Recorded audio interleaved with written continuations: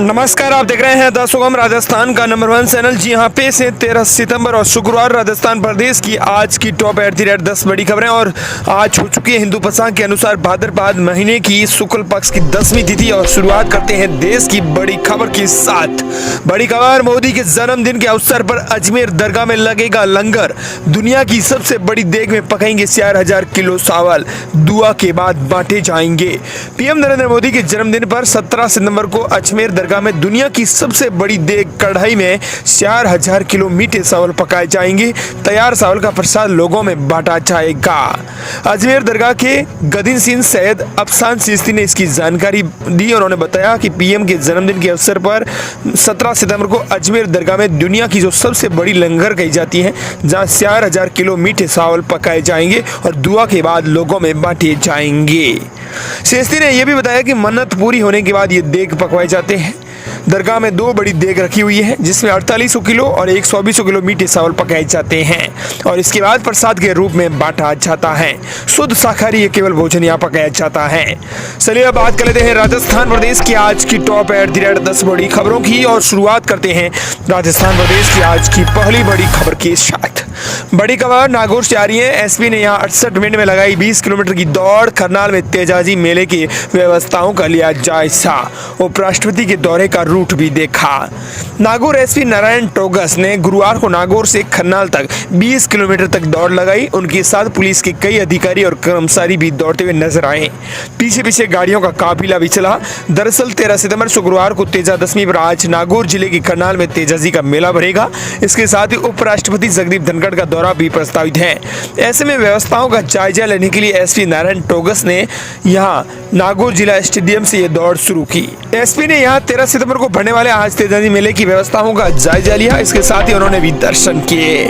अगली बड़ी खबर, विधानसभा उपचुनाव में गठबंधन नहीं करेगी बीएपी पार्टी। 4 सीटों पर अकेले चुनाव लड़ेगी पार्टी। कांग्रेस बीजेपी के समीकरण भी बिगड़ेंगे। प्रदेश की 6 सीटों पर होने वाले विधानसभा उपचुनाव को लेकर भारतीय आदिवासी पार्टी बीएपी ने बड़ा फैसला किया है। बीएपी किसी भी पार्टी के साथ गठबंधन नहीं करेगी। बीएपी इस बार अकेले चुनाव लड़ने जा रही है। बीएपी 4 सीटों 84 सलूम्बर के साथ दौसा और देवली उनियारा में अपने अपने उम्मीदवार मैदान में उतारेगी। बीएपी की 4 सीटों पर अपने दम पर चुनाव लड़ने की वजह से कांग्रेस और बीजेपी के समीकरण बिगड़ेंगे। पहले कांग्रेस के साथ गठबंधन की चर्चा थी, लेकिन गठबंधन नहीं होने की वजह से अब उपचुनाव में नए समीकरण बनने की संभावना है। वहीं प्रदेश की बड़ी खबर, स्कूली बच्चों को पढ़ाई सहित अच्छे व्यवहार के नंबर मिलेंगे। पौधारोपण प्रोजेक्ट्स पर भी 14 से 22 नंबर। वहीं कक्षा 6 से लेकर 12वीं तक के स्टूडेंट्स के लिए गाइडलाइन हुई जारी। राजस्थान के स्कूलों में पढ़ने वाले स्टूडेंट्स को पढ़ाई के साथ ही अपने अच्छे व्यवहार और पौधारोपण करने पर भी नंबर दिए जाएंगे। इस पूरी प्रक्रिया को प्रोजेक्ट, थर्ड टेस्ट, अर्धवार्षिक परीक्षा के बाद होने वाली परीक्षा, अच्छा व्यवहार और पौधारोपण की श्रेणी में बांटा गया है। इसके लिए कक्षा 6 से लेकर 12वीं तक के स्टूडेंट्स को 14 से 22 अंक तक दिए जाएंगे। शिक्षा विभाग ने इसके लिए 11 सितंबर को एक गाइडलाइन जारी की है। शिक्षा मंत्री मदन दिलावर ने कहा कि राजस्थान के स्टूडेंट्स के शैक्षणिक स्तर को सुधारने के साथ ही उनके व्यवहार को बेहतर करने के लिए शिक्षा विभाग की ओर से यह पहल की गई है। थर्ड टेस्ट और प्रोजेक्ट के साथ ही अब उन्हें पौधारोपण और अच्छा व्यवहार के भी नंबर मिलेंगे। इससे न उनकी सिर्फ शैक्षणिक स्तर में सुधार होगा, बल्कि छात्रों का विकास भी हो सकेगा। मदन दिलावर ने कहा कि वर्तमान में पर्यावरण संरक्षण के साथ वातावरण के लिए पौधारोपण बेहद जरूरी है। ऐसे में स्कूली बच्चे पर्यावरण के रक्षक बनके प्रदेश को हरा भरा बनाने में मददगार साबित होंगे। दिलावर ने कहा कि सबसे जरूरी है पर्यावरण संरक्षण। इसके लिए उन्होंने क्लास वाइज अलग अलग अंक बांट दिए हैं। कक्षा 5वीं के लिए अंक है वो प्रोजेक्ट से अच्छे व्यवहार के 4 अंक, पौधारोपण के 6 अंक। कुल आपको बता दें कि यहाँ पर 16 अंक उन्हें दिए जाएंगे। अर्धवार्षिक परीक्षा के बाद थर्ड टेस्ट होगा, जिसमें यह शिक्षा विभाग की ओर से गाइडलाइन जारी की गई, उनमें यह अंक दिए जाएंगे। वहीं अगली बड़ी खबर, यूडीएस मंत्री बोले 2025 में एक साथ निकाय चुनाव होंगे। 5 नगर निगम, 28 पालिकाओं और 16 परिषदों में इस साल नहीं होंगे इलेक्शन। यूडीएस मंत्री झाबर सिंह खरा ने कहा कि 2025 में सभी निकायों के चुनाव एक साथ कराए जाएंगे। ऐसे में उन 91 निकायों में समय से पहले चुनाव होंगे, जिनका कार्यकाल 2026 तक ही है। वहीं जयपुर, जोधपुर और कोटा सहित 56 निकायों में चुनाव समय पर होंगे। वहीं जयपुर, जोधपुर एवं कोटा निकाय फिर से एक हो जाएंगे। खरा के बयान से स्पष्ट हो गया है कि भरतपुर, बीकानेर और पाली, अलवर, उदयपुर नगर निगम, 16 नगर परिषद और 28 नगर पालिकाओं में इस साल चुनाव नहीं हो सकेंगे। साथ ही आपको बता दें कि प्रदेश में 3 नगर निगम है वो खत्म होंगे। प्रदेश में पिछले चुनाव तक 196 नगर निकाय थे। राजस्थान में निकाय बढ़कर 282 हो गए हैं।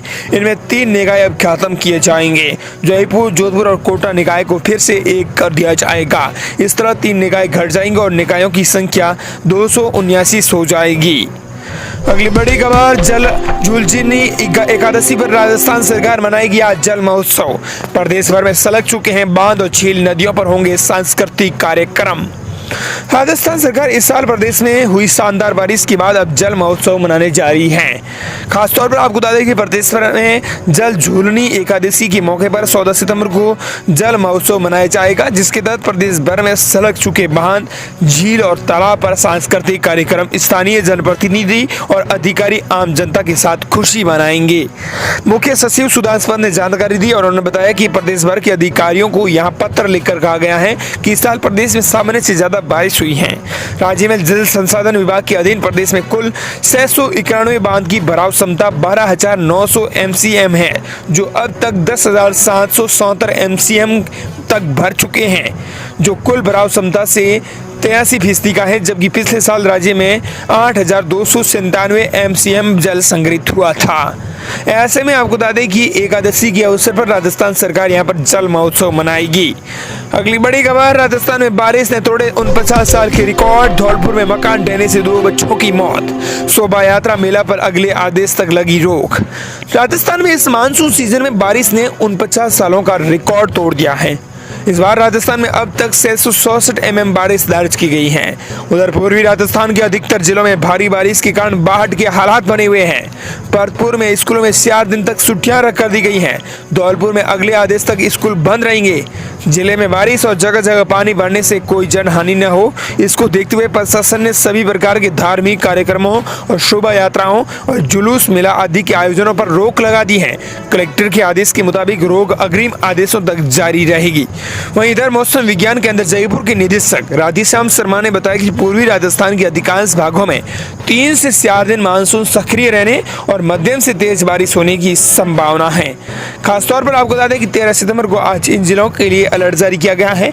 भरतपुर, धौलपुर के लिए ऑरेंज अलर्ट, तो बाकी के जिलों के लिए येलो अलर्ट जारी किया गया है। अगली बड़ी खबर, राजस्थान में बारिश से किसानों की फसलों को हुआ नुकसान। कैबिनेट मंत्री ने दिए निर्देश, समय से बनाए गिरदावरी रिपोर्ट। राजस्थान सरकार के मंत्री हीरालाल नागर ने प्रदेश के अंदर बाढ़ प्रभावित क्षेत्रों का हाल जाना। इसी दौरान अधिकारियों की बैठक में किसानों को 100% मुआवजा देने के निर्देश दिए हैं। उन्होंने अधिकारियों को आवश्यक दिशा निर्देश जारी किए हैं। प्रभारी मंत्री ने हिंडोनी क्षेत्र में हुई अतिवृष्टि को लेकर खेतों में जाकर किसानों के हालात को जाना। किसानों से बातचीत करके उन्हें सरकार से हर संभव मदद दिलवाने का भी आश्वासन दिया है। इसके साथ ही आप कमेंट सेक्शन में ये जरूर बताएं कि राजस्थान के किस जिले से इस वीडियो को देख रहे हैं। बड़ी खबर, राजस्थान में अब फर्जीवाड़े से नहीं हथियाई जाएगी सकेगी सरकारी नौकरी। कर्मचारी चयन बोर्ड ने बनाए 8 नए नियम। राजस्थान में सरकारी नौकरियों की भर्ती परीक्षा में सामने आए फर्जीवाड़े के बाद अब राजस्थान कर्मचारी चयन बोर्ड ने भर्ती प्रक्रिया में बड़े बदलाव कर दिए हैं। इसके तहत 8 नए नियम जोड़े गए हैं। बोर्ड का दावा है कि अब किसी ने गड़बड़ी को उसका पकड़ा जाना तय है।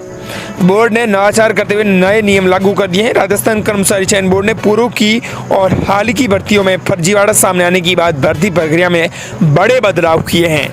बदलाव के तहत अब केवल लिखित परीक्षा और दस्तावेज सत्यापन ही नहीं, बल्कि हैंडराइटिंग टेस्ट और फिंगरप्रिंट जैसी प्रक्रिया से भी अभ्यर्थी को गुजरना होगा। अगली बड़ी खबर, अब जीपीएस से होगी टोल वसूली। नए नियम होंगे लागू। 20 किलोमीटर तक फ्री और फिर जितनी यात्रा उतना कटेगा टोल। फास्टैग भी चलता रहेगा। देश में ग्लोबल नेविगेशन सैटेलाइट सिस्टम यानी GNSS आधारित टोल कलेक्शन सिस्टम लागू हो गया है। इसके तहत आपको बता दें कि सड़क परिवहन और राजमार्ग मंत्रालय ने बदले हुए नए नियम जारी कर दिए हैं। इससे आम आदमी को एक बड़ा झटका भी लग सकता है। जो लोकल सड़कों पर सफर करते हैं उनके लिए परेशानी की सबब बन चुकी है। बता दें कि फायदा उन्हीं गाड़ियों को होगा जो GNSS से लेस हैं। इनकी संख्या अभी कम है, इसलिए ये व्यवस्था फिलहाल हाइब्रिड मोड पर काम करेगी, यानी टोल वसूली कैश, फास्टैग और ऑटोमेटिक नंबर प्लेट रिकग्निशन भी जारी रहेगी। बता दें कि इसके मुताबिक GNSS से लेस प्राइवेट गाड़ियों से नेशनल हाईवे पर रोज 20 किलोमीटर की दूरी तक कोई शुल्क नहीं लिया जाएगा। वे 20 किलोमीटर से ज़्यादा जितनी दूरी तय करेंगे उतनी ही दूरी का टोल वसूला जाएगा। इस प्रकार अगली बड़ी खबर, सीकर में डोटासरा ने जेईएन को फटकारा, बोले नौकरी खराब हो जाएगी। एसडीएम से कहा एसीबी में एफआईआर करवाओ। कांग्रेस प्रदेश अध्यक्ष और लक्ष्मणगढ़ के विधायक गोविंद सिंह डोटासरा ने नगरपालिका के जेईएन को फटकार लगाई। उन्होंने जनसुनवाई के दौरान डोटासरा के सामने एक पुरानी हवेली का मामला आया। नगरपालिका ने इस हवेली को जर्जर बताकर तोड़ने के आदेश जारी किए थे। उन्होंने जेईएन को फटकार लगाते हुए कहा कि ऐसे आदेश मत निकालिए, नौकरी खराब हो जाएगी। जेईएन को मौका रिपोर्ट दिखाने की भी बात कही है। दोस्तों, इस सरकार थी यह राजस्थान प्रदेश की आज की बड़ी खबरें। मिलते हैं नई तमाम बड़ी खबरों की साथ।